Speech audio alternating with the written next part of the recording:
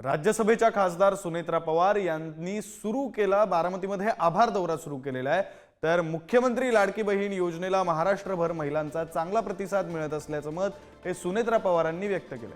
राज्यसभेत जाण्याचा सन्मान मिळाल्यामुळे सुनेत्रा पवारांनी मतदारांचे आभार मानले।